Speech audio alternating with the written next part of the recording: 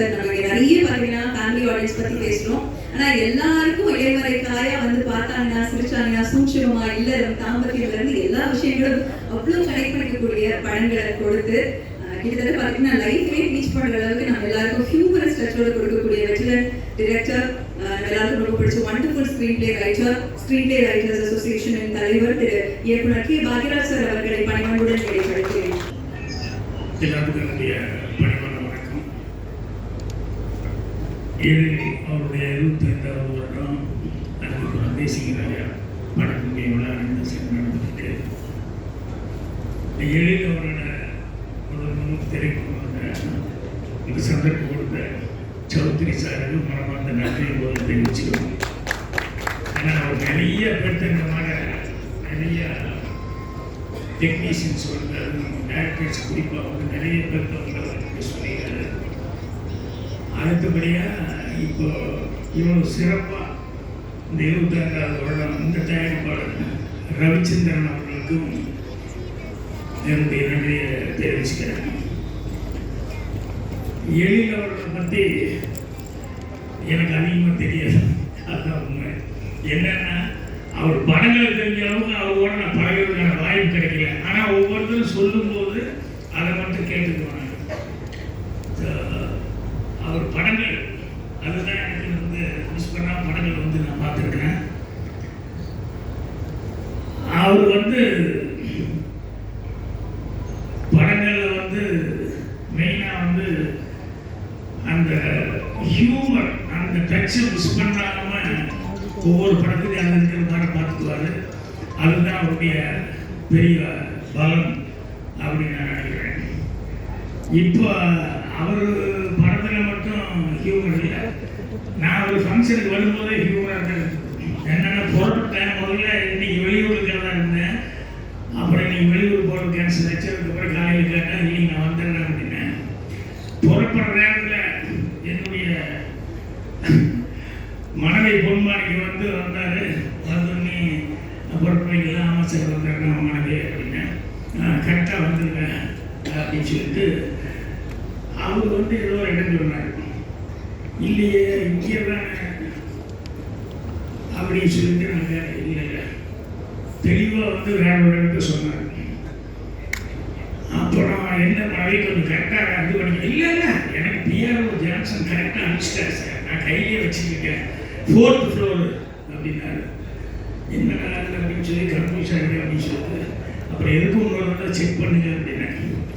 அப்புறம் செக் பண்ணிவிட்டு இவர் அவரை திட்டிகிட்டு இருக்காரு, அவரை திட்டிகிட்டு இருக்காரு. அப்புறம் கடைசியில் இல்லை இங்கே தான் இந்த ஹோட்டலில் தான் அப்படின்னாரு.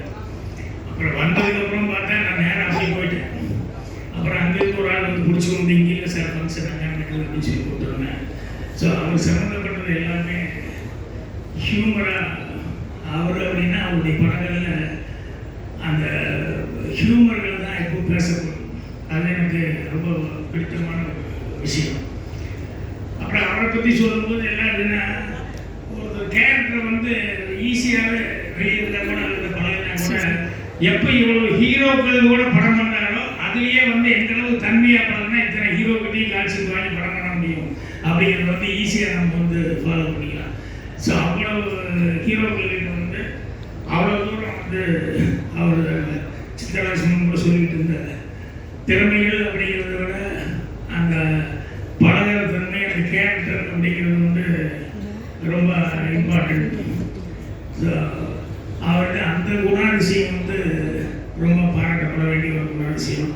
ஸோ வந்து கொஞ்ச நேரம் வரைக்கும் உடனே வந்து வாங்க நாங்கள் எதிர்பார்க்க கொஞ்சம் எளியில் பற்றி என்னென்ன பேசுகிறேன் கேட்டுக்கிட்டு வரேன் அப்படின்னா இருந்தாலும் சீக்கிரமாக வந்து கூப்பிட்டாங்க. அதனால் அவர் வந்து அந்த தேசிகராக படத்தோட வந்து ஹியூமருக்கு அதிகமாக விமல் இவங்கெல்லாம் வச்சு ஹியூமருக்கு அதிகமாக இம்பார்ட்டன்ஸ் கொடுத்து தான் எடுப்பாருன்னு நினைக்கிறேன். அப்புறம் வித்யாசாகர் எனக்கு ரொம்ப பிடித்த நல்லடி அவர் பாட்டு எப்பவுமே மலரை மூலமாக அந்த பாட்டு எப்பவுமே ஹம் பண்ணிட்டு இருப்பேன். ஸோ அவரை பார்க்கும்போதெல்லாம் அந்த பாட்டு தான் எனக்கு மைண்டுக்கு வந்துக்கிட்டே இருக்கும். அவ்வளோ என்ஜாய் பண்ணிக்கிறேன். ஸோ அவங்க அந்த டெக்னீஷியன் எல்லாத்துக்குமே என்னுடைய மனமார்ந்த வாழ்த்துக்கள் தெரிவிச்சுக்கிறேன். ஹியூமன்கிறது வந்து நிறைய நம்ம வந்து திங்க் பண்ணி பிடிக்கிறதுங்கிறத விட நம்ம சுற்றி நம்ம கவனிச்சுக்கிட்டே இருக்கோம் அப்படின்னு சொன்னாலே அதுலேயே நிறைய விஷயங்கள் வந்து ஹியூமர் கிடைக்கும். என் ஆஃபீஸ் பையன் ஒரு பையன் வேலை பார்த்துருக்கான், காசி அப்படின்னு சொல்லிட்டு. நான் மேலே மாடியில் இருப்பேன், கீழே மேனேஜர் மற்றவங்களுக்கெல்லாம் ரூம் கீழே. ஸோ இன்டர்வியூவில் தான் ஏதாவது கீழே பேசணும் அப்படின்னு சொன்னால் இன்டர்வியூவில் தான் கூப்பிட்டு பேசுவேன். அப்போ ஒரு தடவை மேனேஜர் ரூமுக்கு கீழே வந்து இன்டர்வியூ வந்து ஃபோன் அடித்தேன். இந்த காசிங்கிற பையன் வந்து ஆஃபீஸ் பாய், எல்லாத்துக்கும் காஃபி டீ வாங்கி கொடுக்குறது மட்டும்தான் அவர் வேலை இருக்க, கடைக்கு போயிட்டு வரோம். இப்போ மேலேருந்து நான் மேனேஜருக்கு ஃபோன் அடித்தேன். இப்போ பார்த்தா இவன் ஃபோன் எடுத்துட்டான், ஹலோ அப்படின்னா. அப்புறம் நான் கேட்டேன், யாருப்பா? காசியாக பேச. ஆமாம் சார். எப்போ உங்களுக்கு என்ன வேலை? இல்லை சார், ஆஃபீஸ் பாய். அது யார்? மேனேஜர் ரூம்றாங்க. ஆமாம். அப்படி இருக்குப்பா அந்த ஃபோன் எடுத்தேன் அப்படின்னு. நான் தப்பு தான் சார் அப்படின்னு வச்சுட்டு போயிட்டேன். அவன் எங்கே மாடியிலேருந்து எங்கே வந்து தேடி பிடிக்க முடியும்? ஸோ அந்த டைமிங் அவன் சொன்னது வந்து எனக்கு ரொம்ப ஹியூமராக இருக்குது.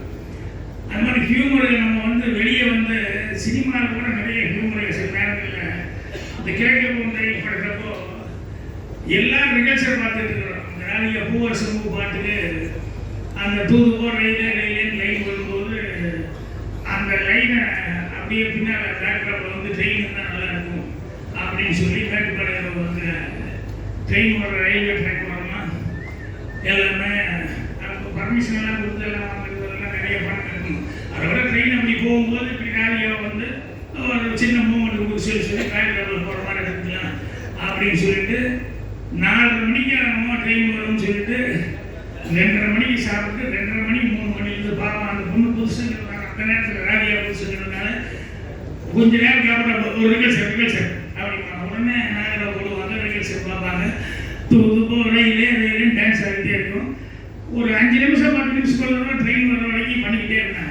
மிஸ்டேக் பண்ணிக்கூடாது, கரெக்டாக ட்ரெயின் ஒரு தடவை மிஸ் பண்ணிட்டோம்னா ஒரு நாளைக்கு தான் கஷ்டம். அது இதுன்னெல்லாம் சொல்லி திருப்பி டான்ஸ் ஆட வச்சுட்டே இருந்தோம். அதுக்கப்புறமா வந்து ட்ரெயின் வரும்போது ரெடி மிஸ் பண்ணிடாத அப்படின்னு சொல்லி சொன்னோம். ட்ரெயின் பக்கத்தில் வரும்போது நாங்கள் ஆன் பண்ணாங்க. அது டீன்னு ட்ரெயின் வந்ததில் இந்த நாகரா சத்தமே கேட்கல. ராலி அப்படியே நின்றுட்டு இருக்கு. டைரக்டர் முடிக்கிறாரு. நாங்கள் ஏன்னா எல்லாருக்குமே தெரியும் அது வந்து அந்த ட்ரெயின் சத்தத்தில் யாருக்குமே எதுவுமே கேட்கல. எவ்வளோ திருப்பி முடிச்சுட்டு டைரக்டர் நாங்கள் அப்போ தான் ரியலைஸ் பண்ணுறோம். இந்த ட்ரெயின் வந்தால் இவ்வளோ பக்கத்தில் வரும்போது எவ்வளோ சத்தம் வருது கொஞ்சம் கூட யோசிக்காமல். அதுக்கப்புறம் எல்லாரும் சைலண்டாக அப்படியே பார்க்குறோம். எல்லாத்துக்குமே சிரிப்பு வந்துருச்சு.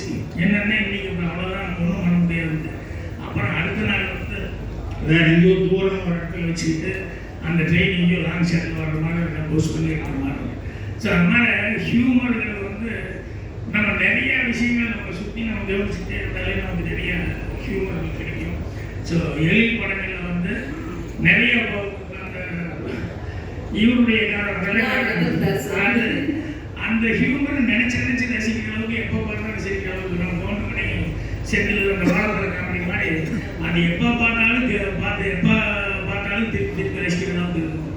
ஸோ அந்த ஹியூமர் வந்து இன்னும் அவர் வந்து 50 வருஷம் 75 வருஷம் ஆனாலும் அவருக்கு பேர் கிடைக்கிற அளவுக்கு கண்டிப்பாக அவர் படங்களை பண்ணுவார் அப்படின்னு சொல்லிட்டு அவர் அதிகமாக படம் கூட அவர் வந்து எல்லாத்துக்கும் நல்லா பழகிறார் அப்படின்னு சொல்லி கேள்விப்படும்போது அதே அவர் மேலே எனக்கு ஒரு மரியாதை. அதனால் அவருக்கு என்னுடைய மனமார்ந்த வாழ்த்துக்கள் தெரிவிச்சுக்கிறேன். அதே மாதிரி இருந்துட்டு அதே சிங்கிறாங்க 2 அந்த டெக்னீஷியன் அந்த ப்ரொடியூசர் எல்லாத்துக்குமே என்னுடைய மனமார்ந்த வாழ்த்துக்கள் தெரிவிச்சுக்கிறேன். நன்றி, வணக்கம். Thank you so much.